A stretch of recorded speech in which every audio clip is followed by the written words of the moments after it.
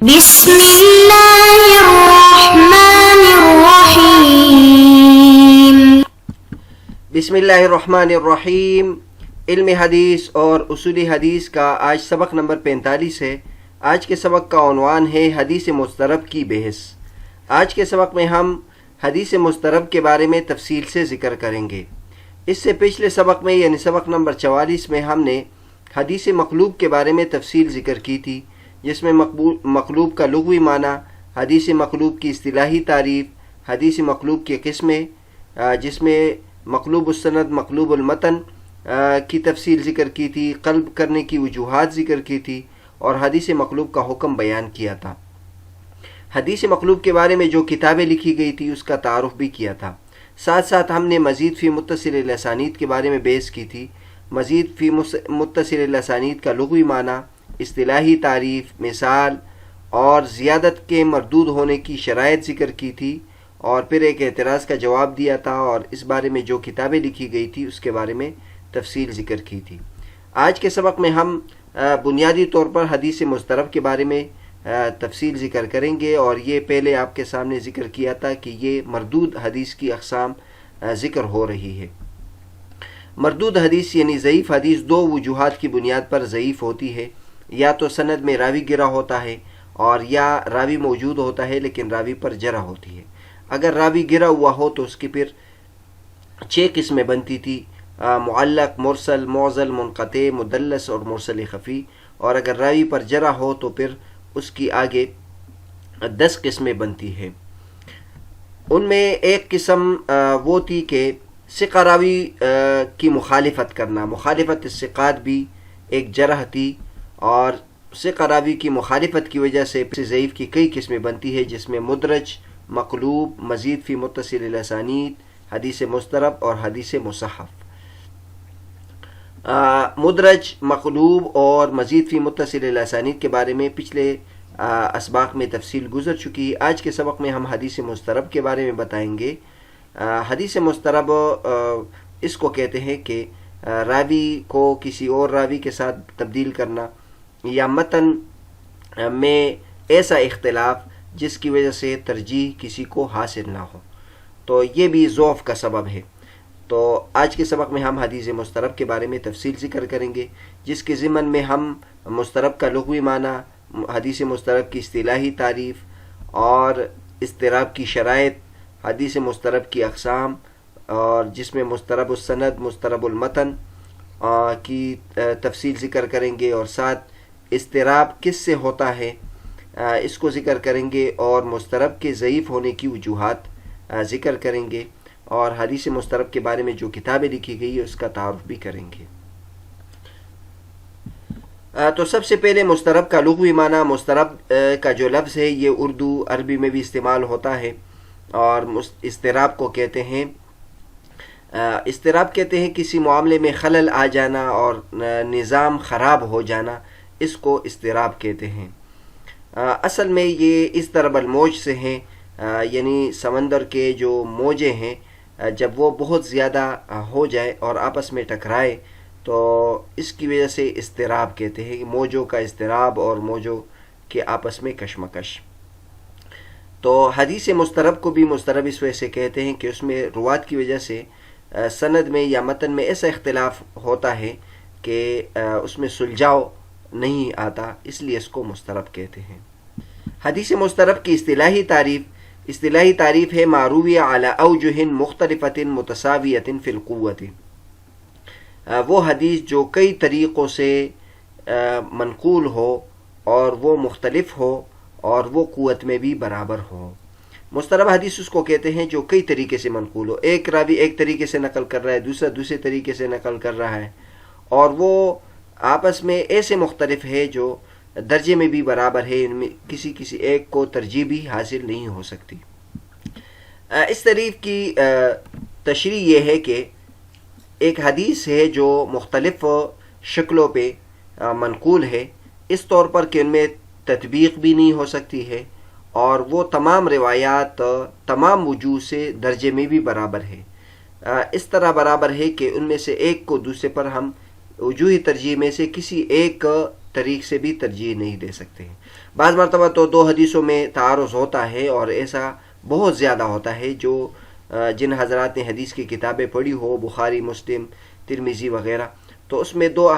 بیشتر احادیث ایک دوسرے سے متعارض ہے، لیکن ان میں تطبیق کی جتنے بھی طریقے ہیں یا ترجیح کے جتنے طریقے ہیں، ان میں سے کسی ایک کے ذریعے سے تطبیق ہو جاتی ہے، تو اس کو اضطراب نہیں کہتے۔ اضطراب اس کو کہتے ہیں کہ کسی بھی طریقے سے ان میں تطبیق نہ ہو۔ الغرض ما قبل کی تشریح سے یہ بات معلوم ہوئی کہ اضطراب عام اختلاف کو نہیں کہتے ہیں، بلکہ اضطراب ایک خاص قسم کی اختلاف کو کہتے ہیں، لہذا اضطراب کے شرائط کے لیے چند باتیں ضروری ہیں۔ ایک تو یہ ہے کہ حدیث کی روایات میں اس قدر اختلاف ہو کہ ان میں تطبیق نہ ہو سکے، اور دوسری شرط اس میں یہ ہے کہ وہ تمام روایات قوت اور درجے میں برابر ہو، جن میں سے کسی ایک کو دوسرے پر ترجیح نہیں دی جا سکتی۔ ہاں، اگر ایک روایت کو دوسرے پر ترجیح اس کو حاصل ہو، یا ان دونوں کے درمیان تطبیق ممکن ہو کسی مقبول طریقے کے ساتھ، تو پھر اس کے ذریعے سے حدیث سے اضطراب ختم ہو جائے گا۔ حدیث مضطرب کی کئی قسمیں ہیں، ایک مضطرب المتن ہے اور ایک مضطرب السند ہے، اور اکثر جو اضطراب ہوتا ہے وہ سند میں واقع ہوتا ہے، اور اس کی وجہ یہ ہے کہ چونکہ احادیث کی سندیں زیادہ ہیں اور متن کم ہے، اور چونکہ سندیں زیادہ ہیں تو لہٰذا اس میں سند میں راویوں سے کمی بیشی بہت زیادہ ہو سکتی ہے، لہذا اس میں اختلاف بھی واقع ہوتا ہے۔ حدیث مضطرب السند اس کو کہتے ہیں کہ سند میں اضطراب ہو، اور اس کی مثال انہوں نے دی ہے، ابو بکر رضی اللہ عنہ کی مشہور حدیث ہے، انہوں نے نبی کریم صلی اللہ علیہ وسلم سے پوچھا، یا رسول اللہ اراک شبتا، میں دیکھتا ہوں کہ آپ بوڑھے ہو گئے، تو حضور صلی اللہ علیہ وسلم نے فرمایا، شیبتنی ہود و اخواتها، مجھ کو سورہ ہود اور اس کے طرح کی دیگر صورتوں نے بوڑھا کر دیا۔ تو امام دارقطنی رحمۃ اللہ فرماتے کہ یہ حدیث مضطرب ہے، کیونکہ یہ حدیث ابو اسحاق کے طریق سے منقول ہے، اور ابو اسحاق سے یہ حدیث بہت زیادہ مختلف طریقوں کے ساتھ منقول ہے، تقریباً 10 طریقوں سے یہ حدیث منقول ہے۔ بعض حضرات نے اس کو مرسلا نقل کیا، بعض حضرات نے اس کو موصولا نقل کیا، بعض حضرات نے اس کو ابو بکر رضی اللہ عنہ کے مسانید میں شمار کیا، بعض حضرات نے اس کو سعد رضی اللہ عنہ کے مسانید میں شمار کیا، اور بعض نے اس کو حضرت عائشہ رضی اللہ عنہ کے مسانید میں شمار کیا، اس کے علاوہ بھی ہے۔ اور یہ جو مختلف طرق ہیں، یہ ایسے سے قراوی روایت کرتے ہیں کہ ان میں سے بعض کو بعض پر ترجیح بھی ممکن نہیں ہے، جمع بھی متعذر ہے، تو لہٰذا اس میں سند میں اضطراب ہے۔ جہاں تک مضطرب المتن کی مثال ہے، یہ ایک حدیث ہے ترمذی شریف میں، شریک سے وہ نقل کرتے ہیں، اور وہ ابو حمزہ سے نقل کرتے ہیں، وہ شعبی سے نقل کرتے ہیں، وہ فاطمہ بنت قیس رضی اللہ عنہا سے نقل کرتے ہیں کہ نبی کریم صلی اللہ علیہ وسلم سے زکوٰۃ کے بارے میں پوچھا گیا، تو نبی کریم صلی اللہ علیہ وسلم نے فرمایا، ان فی المال لحقا سوی الزکوٰۃ، مال میں زکوٰۃ کے علاوہ بھی حقوق ہوتے ہیں۔ اور ابن ماجہ نے اس حدیث کو ان الفاظ کے ساتھ نقل کیا ہے، لیس فی المال حق سوی الزکوٰۃ، مال میں زکوٰۃ کے علاوہ کوئی حق نہیں ہے۔ علامہ عراقی رحمۃ اللہ فرماتے ہیں کہ یہ ایسا اضطراب ہے جس میں تعویل ممکن نہیں۔ تو بہرحال آپ اس حدیث کو دیکھتے ہیں، ایک حدیث ہے فاطمہ بنت قیس رضی اللہ تعالیٰ عنہ کی، لیکن تھوڑی سے الفاظ کے آگے پیچھے ہونے کی وجہ سے ان میں اختلاف ہو گیا۔ بعض حضرات اس کو نقل کرتے ہیں، ان فی المال لحقا سوی الزکوٰۃ، کہ مال میں زکوٰۃ کے علاوہ بھی حقوق ہے، یعنی مطلب یہ ہے کہ صرف مال میں یہ نہیں ہے کہ آدمی زکوٰۃ صرف سالانہ نکالے، بلکہ مال میں کچھ اور بھی حقوق ہے، اپنی بیوی پر خرچ کرنا، یا اس طرح فقیر کو دینا، یا کسی کو ضرورت ہو تو اس کو زکوٰۃ کے علاوہ بھی خرچ کرنا چاہیے۔ بنیادی تو یہ جو حدیث ہے یہ اس طرح ہے، لیکن بعض حضرات نے اس کو اس طریقے سے نقل کیا، لیس فی المال حق سوی الزکوٰۃ، مال میں حق نہیں ہے سوائے زکوٰۃ، یعنی جو وجوب کے درجے میں ہے وہ صرف زکوٰۃ ہے، باقی مال میں اللہ تبارک و تعالیٰ کی طرف سے لازمی کوئی چیز نہیں ہے۔ تو حدیث ایک ہے تو ظاہر نبی کریم صلی اللہ علیہ وسلم نے ان میں سے ایک بات فرمائی ہوگی، تو یہ روات کی وجہ سے ایسا اختلاف ہو گیا کہ اس میں تطبیق بھی نہیں دی جا سکتی، اور کسی کو ترجیح بھی نہیں دی جا سکتی۔ اس کے بعد ہم یہ بات بیان کرتے ہیں کہ یہ اضطراب کس سے واقع ہوتا ہے، تو اس کے بارے میں تفصیل ذکر کرتے ہیں۔ کبھی کبھی تو اضطراب ایک راوی کی طرف سے ہوتا ہے کہ ایک راوی ایک حدیث کو کئی طریقوں سے نقل کرتا ہے۔ مثلا ایک راوی ہے، اس نے ایک حدیث زبانی یاد کی ہے، لیکن اس نے وہ حدیث صحیح طریقے سے یاد نہیں کی، اس لیے اس کو شک ہے، کبھی ایک طریقے سے روایت کرتا ہے، کبھی دوسرے طریقے سے روایت کرتا ہے، کبھی تیسرے طریقے سے روایت کرتا ہے۔ تو اس کا مطلب یہ کہ اس نے اس حدیث کو صحیح طریقے سے یاد نہیں کیا۔ اور کبھی اضطراب کئی لوگوں کی طرف سے ہوتا ہے، مطلب یہ ہے کہ ایک شخص ایک طریقے سے نقل کرتا ہے، دوسرا شخص دوسرے طریقے سے نقل کرتا ہے، تیسرا شخص تیسرے طریقے کے ساتھ نقل کرتا ہے۔ تو بہرحال اضطراب ایک شخص کی طرف سے ہو یا دیگر اشخاص کی طرف سے ہو، اضطراب ضعف کی علامت ہے اور اضطراب کی وجہ سے حدیث ضعیف ہوتی ہے۔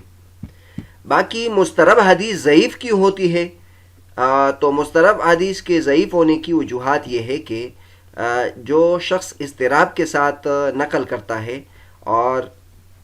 وہ اس کو اپنے روایت میں پورا یقین نہیں ہے اور وہ کشمکش کی کیفیت میں ہے، تو اس سے معلوم ہوتا ہے کہ اس نے اس